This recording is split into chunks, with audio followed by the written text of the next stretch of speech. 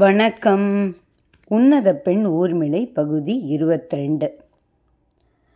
போன பகுதியில் ராமன் புகழ்ந்து பேசினதும் ஊர்மிளை, இந்த புகழ்ச்சிக்கு நான் கொஞ்சம் கூட தகுதி இல்லாதவோ, நான் 14 வருஷம் உறக்கத்தை மேற்கொண்டது முழுக்க என்னோட சுயநலத்தால் தான்.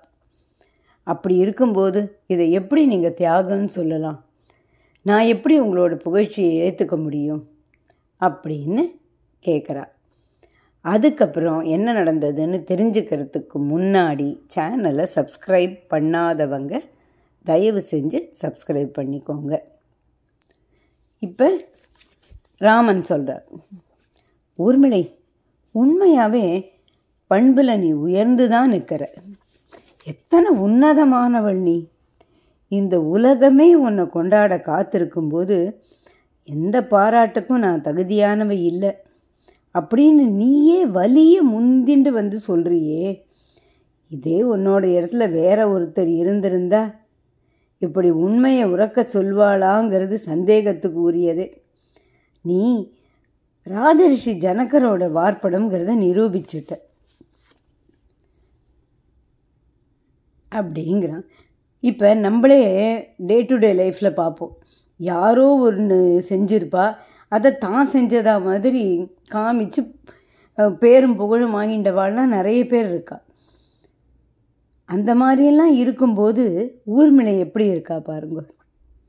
இப்போ திருப்பியும் ராமன் சொன்னான், ஊர்மிளை, உன்னோட தரப்பு வாதங்கள்லாம் சரியாக இருக்கிறதா தான் எனக்கு தோன்றது. ஆனால் உன்னோட இந்த குண நலன்களுக்கு முன்னாடி இப்போ நானே தோற்று போய் நிற்கிறேன். கண்டிப்பாக உனக்கு ஏதாவது செய்யணும்னு எனக்கு தோன்றுறது.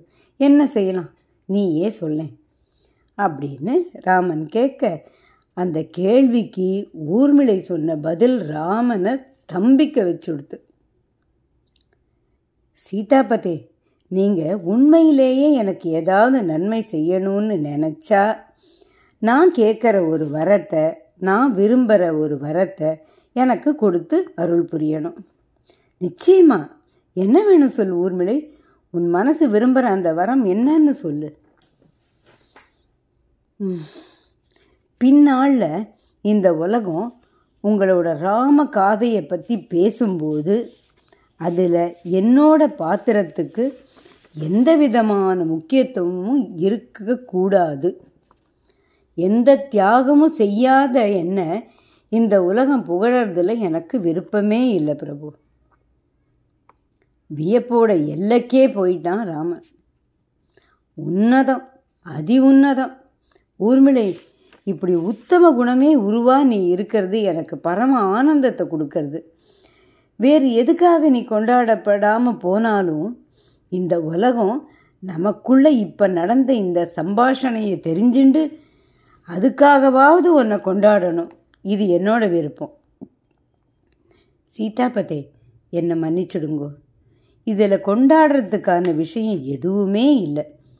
இந்த உலகம் என்னை தவறாக புரிஞ்சிக்க கூடாதுங்கிறதுல நான் கவனமாக இருக்கேன், அவ்வளோதான். அதுக்கு மேலே இதை பற்றி பேச என்ன இருக்கு? வாயடைச்சு நிற்கிறான் ராமன். சரி ஊர்மிளா, உன்னோட விருப்பம் போல் ஆகட்டும். இப்போ நீ என்னோட வா. வெளியில் சுமித்ரா மாதா நீ எழுந்து வந்துடுவங்கிற நம்பிக்கையோடு ரொம்ப நேரமாக காத்துட்டுருக்கா. மாதா உன்னை பார்த்து மகிழ்ந்து போவா. ராமனை தொடர்ந்து வந்த ஊர்மிளையை பார்த்ததும் சுமித்ரை கொஞ்சமும் வியப்படையலை. மாறா அகமகிழ்ந்து போகிறா. ஊர்மிளையை ஆற தழுவி தன்னோட சந்தோஷத்தை வெளிப்படுத்திட்டு ராமனை பார்த்து ஒத்த வரியில் சொல்கிறா, ராமா, இந்த காரியம் உன்னால் முடியாமல் போயிருந்தால் தான் நான் ஆச்சரியப்பட்டிருப்பேன். மாதே, தங்களோட ஆசி, அன்பு இதெல்லாம் தான் இதுக்கு காரணம். என்னால் எதுவும் ஆகலை.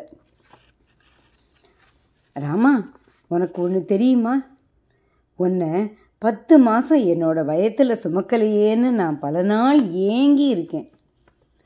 உன்னை சுமக்காதது எனக்கு தீராத குறையாவே ஆயிடுத்துப்பா. மாதே, உங்கள் வயத்தில் பிறக்காட்டா என்ன? நான் எப்பவும் உங்களுக்கும் பிள்ளை தான். ஆனந்தத்தில் சுமித்திரையோட கண்கள் வேர்த்து போகிறது. ராமன் எப்போ வெளியே வருவான்னு எல்லாரும் காத்துட்டு இருந்தபோது ராமனோட வர ஊர்மிளையை முதல்ல பார்த்தது லக்ஷ்மணன். மனசுக்குள்ள மகிழ்ச்சியாக இருந்தாலும் தான் அவளுக்கு இத்தனை காலமும் துரோகம் செஞ்சுட்டோமோ அப்படிங்கிற குற்ற உணர்வு அவளை நேருக்கு நேர பார்க்கறத தவிர்க்க வச்சுது. தொலைவில் இருந்தே லக்ஷ்மணனை அடையாளம் கண்டு கொண்டா ஊர்மிளை. காட்டுக்கு போகிறதுக்கு முன்னாடி தான் லக்ஷ்மணன்கிட்ட நடந்துன்றது நினைவுக்கு வர அவளை அறியாமலே அவள் கண்களில் நீர் திரையிடுறது. ஊர்மிளை மனசுக்குள்ள எந்த முகத்தை வச்சுட்டு இப்போ அவர்கிட்ட நான் பேசுவேன், அன்னைக்கு துடிக்க துடிக்க பேசினேனே, என்ன அவர் மன்னிப்பாரா அப்படின்னு யோசிக்கிறார். 2 பேருக்குள்ளேயும் பரஸ்பர ஆசையும் அன்பும் இருந்தாலும் இடையில இரும்பு திரையாக விழுந்திருந்த அவாவாளோட குற்ற உணர்வு 2 பேரையும் நெருங்க விடாமல் தடுத்துடுத்து. இந்த இடைவெளியை ராமனும் கவனிச்சிட்டான். என்னால் ஏற்பட்ட பிரச்சனையை நானே தீர்த்து வைக்கிறேன் மனசுக்குள்ள ஒரு சங்கல்பம் செஞ்சுட்டான். ஒருத்தரோட வாழ்க்கை இடர் நீங்கி சுடர் விட்டு பிரகாசிக்கிறதுக்கும் துன்பங்கள் எல்லாம் நீங்கி இன்பம் நிறைஞ்சி இருக்கிறதுக்கும் பகவத் சங்கல்பந்தான் காரணம். இத்தனை காலத்துக்கு அப்புறம் ஊர்மிளையோட துன்பத்தை போக்க ராமனும் ஒரு சங்கல்பம் செஞ்சுட்டான்.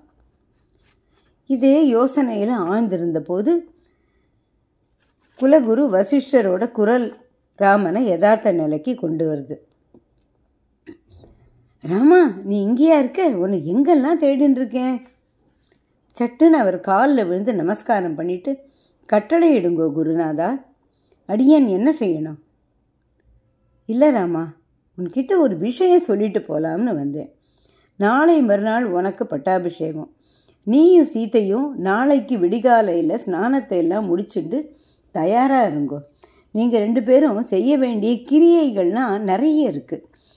இந்த முறையாவது எந்த தடங்களும் இல்லாமல் பட்டாபிஷேகம் நல்லபடியாக நடக்கணும். கவலையோடும் அக்கறையோடையும் பேசுகிற குருநாதரை ஏறிட்டு பார்க்குறான் ராமன். ஆனால் குருநாதா, அதுக்குள்ளேயா? இப்போதானே வனத்திலிருந்து வந்திருக்கோம். இன்னும் கொஞ்ச நாளைக்கு பரதனே அரசாளட்டுமே அப்படின்னு ராமன் சொன்னதும் ராமனை தீர்க்கமாக பார்க்குறார் வசிஷ்டர். பார்த்துட்டு ஒன்றும் சொல்லாமல், ராமா கொஞ்சம் என் பின்னாடியே வா அப்படின்னு சொல்கிறார். குரு பின்னாடியே ராமன் போகிறான். சரி, அவள் எங்கே போகிறா, என்ன பண்ணுறா, அதெல்லாம் தெரிஞ்சுக்கணுன்னா அடுத்த பகுதி வர வரைக்கும் காத்துன்னு இருக்கணும். நன்றி, வணக்கம். மீண்டும் சந்திப்போம்.